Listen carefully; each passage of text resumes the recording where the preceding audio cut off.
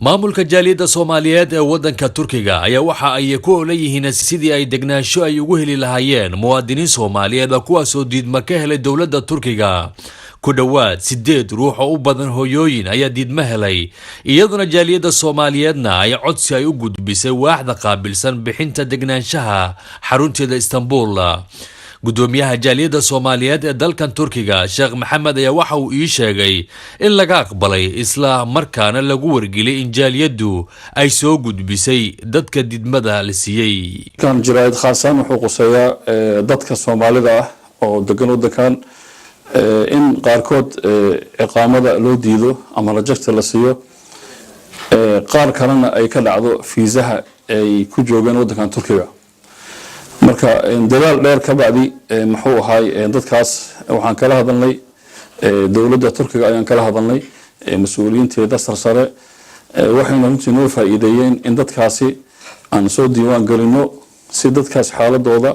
wax looga qabto si maartay sheeg maartay insaannimo ah marka sidaas ayaan ku soo guuleysanay marka haddana waxa socota dadkaas diiwaan galintooda iyo waxa socota iyo maartay sidii dadkaas wax loogu heli lahaa marka muxuu ahaa sheeg dadkaas waxaan marka ogeysiinaynaa qofkii fiisaha uu ka dhacay ama qofkii loo diiday iqaamada rajagta la siiyay in uu maartay la soo xiriiro xafiiska jaaliyadda Soomaaliyeed ama xafiisyada jaaliyadda Soomaaliyeed ka furan wadankan Turkiga marka culayskaas darteed nagu yimid ayaan waxaan dawladda Turkiga ka codsanay in ay arintaas wax nooga qabato runtii wayna maartay naga ogolaatay waana rajaynaynaa dadkaasi inay wax helaan marka walaalayaal sida la socotaan wadankan Turkiga aan deganahay yani culaysyada tirada badan ilaa dhowr bilood ayaan ka shaqeynaynay akhiiran waxaan ku guuleysanay in mas'uuliyiinta arinta ay nala fahmaan si dadka Soomaalida ah meeshan si xornimo ay ugu noolaadaan oo ay shaqeystaan marka waxaan marka ka codsanaynaa dadka degan jaaliyadda degan wadankan Turkiga oo kale in sidaan oo kale ay isku soo diiwaan galiyaan hadda qofkan oo kale fiisadii wadanka uu ku soo galay fiisadii qofkan kale way ka dhacday ama fi iqaamada ayaa loo diiday marka qofkan oo kale waxaan leenahay marka sidaan oo kale isku soo diiwaan galiyaan midda kale ilaa hadda dadka is soo diiwaan galiyay waad arkaysaan yani waa dad fara badan ilaa iyo waxaan qiyaasayaa 25 qofood baa soo diiwaan gelisay oo ah dadka ama fiisada loo diiday ama maxay ahayd fiisada ay ka dhacday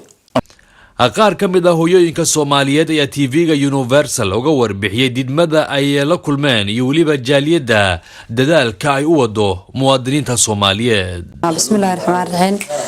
waxaan walaal ka hadlayaa anaga in iqaamadihii waana laga xawaan xareynay saan u sugeynay rajagsiyaana la siiyay marka walaal niyadeedii baa hoos bay u dhacday dad wax sugayay oo iqaamadinta laga xareeyay waraaqii la siiyay deedna rajagta la siiyay jaaliyadda Soomaaliyeed waxay noo qabatay in dadaalkan bayay halkan soo gaarsiisay haddana ay xaqeeyay xuquuqdoodii iqaamadii noo raadinayso waa la diiday aniga iqaamadii muddo dheer baan imka wadanka joogay waxaan ka codsanayaa wadanka in jaaliyadda Soomaaliyeed in maxay iqaamadii maanta bulshada isu timid inaan ku guuleysto insha Allah in la siiyo diiwaan gelinta aan haddana u joognay marka waxa meeshaan ay laga cadeynaa in dadkii Soomaalida Istanbul joogo iyo meel kasto adiga waxa ku taalo Turkiga ay joogan oo rajagtiga la soo siiyay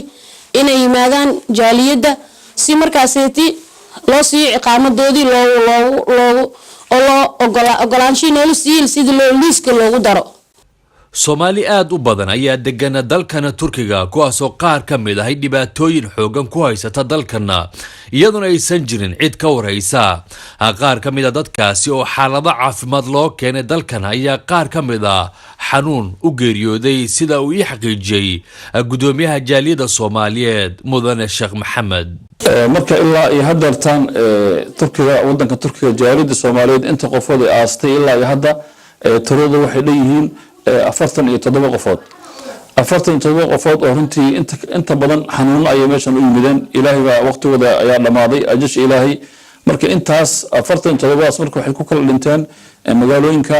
3 magaalo ku kala dhinteen Istanbul Ankara iyo Sparta ay ku kala dhinteen dadkaas shaqooyin badan ay jaaliyaddu u haysaa bulshada Soomaaliyeed ee ku nool dalkani Turkiga